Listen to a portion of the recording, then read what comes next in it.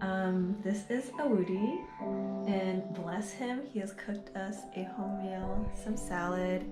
He left the spicy cheese out of mine, and this is rice, noodles, and this looks like Sauce with sauce. this is seitan, Mm-hmm. this is cashew, this is everything. What is seta? This is seitan. Mm. Seitan is in the form of this tofu, but a Oh. different type. Mm-hmm. Oh, it's good. This is probably the best meal I'm gonna have this entire trip. So I'm very thankful. Okay, where did we leave off? We last had dinner at Awudi's, and Doobie from Lobagola was supposed to drop off the bike at 7:30, but he's like working on his new warehouse, like building it and all the electrical wiring, so he was like almost 2 hours late, and I like fell asleep on the couch. And when he dropped it off, I was like taking it for a test ride. It was fine. The clutch was super like sticky. If you pulled it all the way in, it kind of stuck. So that was kind of weird. But he said it's because the cable is all the way loose. Like when you press it, it feels like there's the first press, and then you could keep shifting the gears from that. But then if you press it all the way in, it got stuck.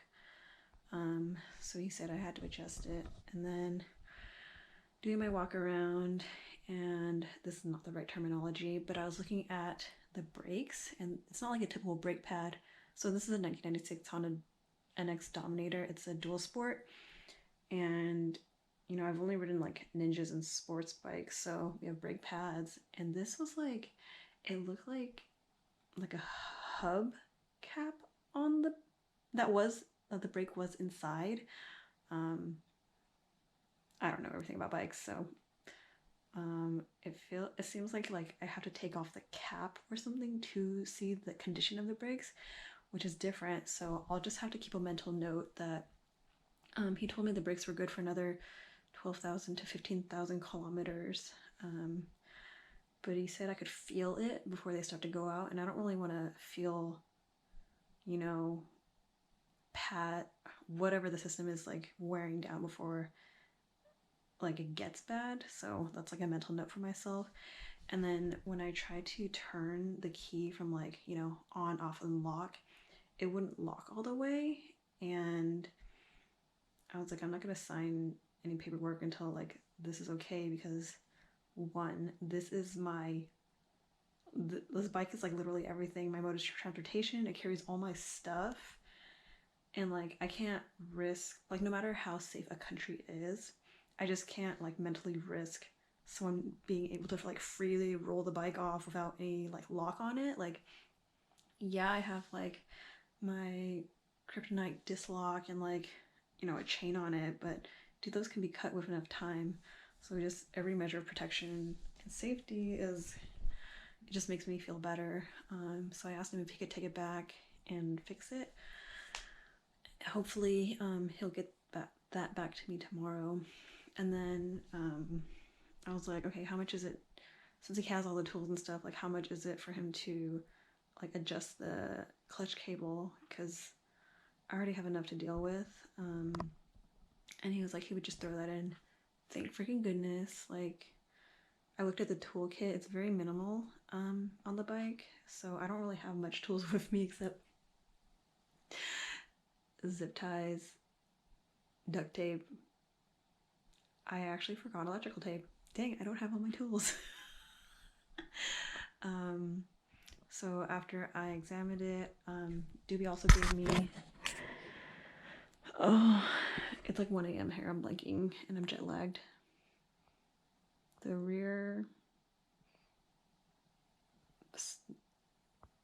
the rack, the back rack for the saddlebags.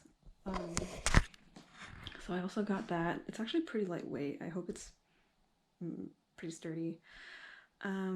After telling Awudi, like, you know, I got overcharged like 800 kuna for my first taxi, he was like, let me call an Uber for you, and you can just pay them cash. And I was like, okay, thank you, because he gets like a 20 or 30% discount on that, so that just you know, helps me out from that experience.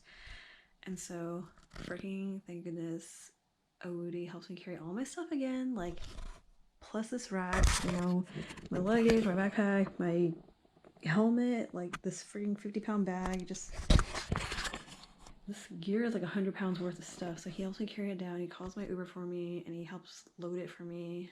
And he's like, let me know how, like, if you get to your new place okay. Get in the taxi and, you know, we're driving. Woody even tells me like how much, he does the math for me and how much the Uber driver owes me after I give him like the money. And so we get to the place, I give the taxi driver my money, and the guy gives me change and I count it. You know, I honestly never count my change. I never look at my receipts. I never look at anything. I'm just like, the math is right. But this time, because of my overcharge experience from the airport, like arriving here, I was like, dude, I literally lost $105 from being too trusting of people. I'm gonna start crying. So I count the money, and then the taxi driver was like, you're incredible. And I'm like, you know, I have a second to think. I'm like, that's weird. I didn't talk to him the whole trip. Like, what does that mean? And I'm like, excuse me? And he's like, you don't trust our people. And then I'm starting to shake. I'm start crying. I'm starting to shake because I'm like, that's kind of mean. Like, you don't even know what happened to me and like all the stress I've gone through the last like day and a half. I do trust people too much. So I count my change, it's right, and then I get out of the taxi and I unload all my stuff, and my second couch person, shoot, I'm gonna butcher his name, Jurag, he's like at the door waiting for me, and then the taxi driver says something to him, and they're like speaking in sorry, I don't know what the Croatian language is called, but they're speaking to each other or something, and I know that guy's like just saying something about me, but I'm like, I don't even care. I just don't want to have to explain myself. So I carry all this stuff upstairs, and then shoot, I'm butchering his name, Jurag, he's like, are you okay? And I just say like, I'm frustrated, and then I just start crying, and I'm just like crying the whole time. I'm carrying all my stuff up the stairs in these freaking clunky ass boots with my big ass backpack, and it's like, God, I cry over everything. So I like put all my stuff in this room, and then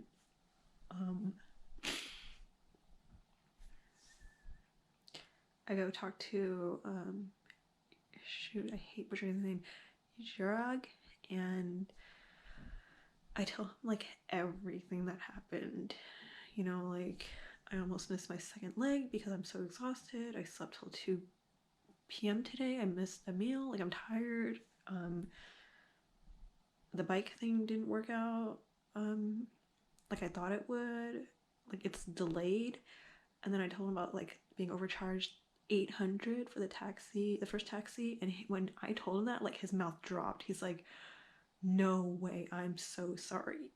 Like, and I was like, you don't have to say sorry. Like, it's not your fault. He's like, I know, but I'm so sorry you had to deal with that.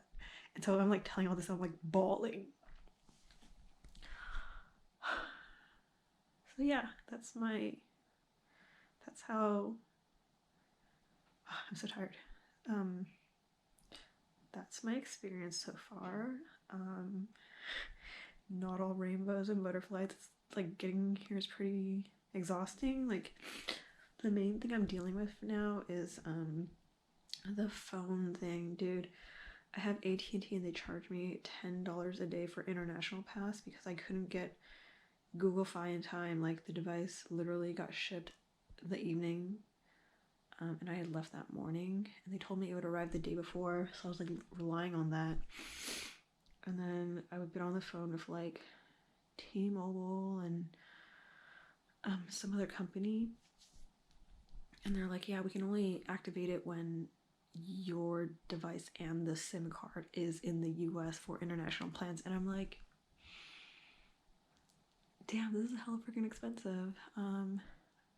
I planned for it, but it just didn't work out. So I'm paying $10 a day for internet service, and when you add it up over 30 days, that's hella freaking expensive. Like, today's the second day, that's already 20, and then tomorrow will be the third day. So I'm hoping I can get like a SIM card tomorrow, but yeah, it's just like every day that goes by, it's like tick, tick, tick. And it's just like eating into my budget. Like, this is definitely teaching me to slow down because I just wanted to hit the ground running and just start riding. I want to go hiking and like start exploring, but there's some responsibilities I need to take care of before taking off. So